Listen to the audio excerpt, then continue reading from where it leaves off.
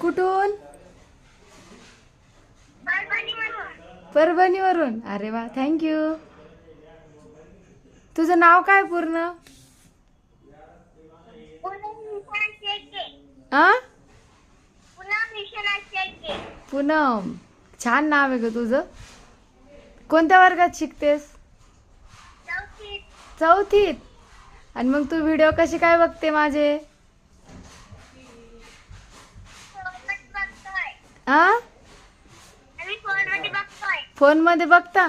मग मी तर काही कार्टून सारखे व्हिडिओ नसता. मी ऐकलं होतं छोटे मुलं कार्टून बघतात.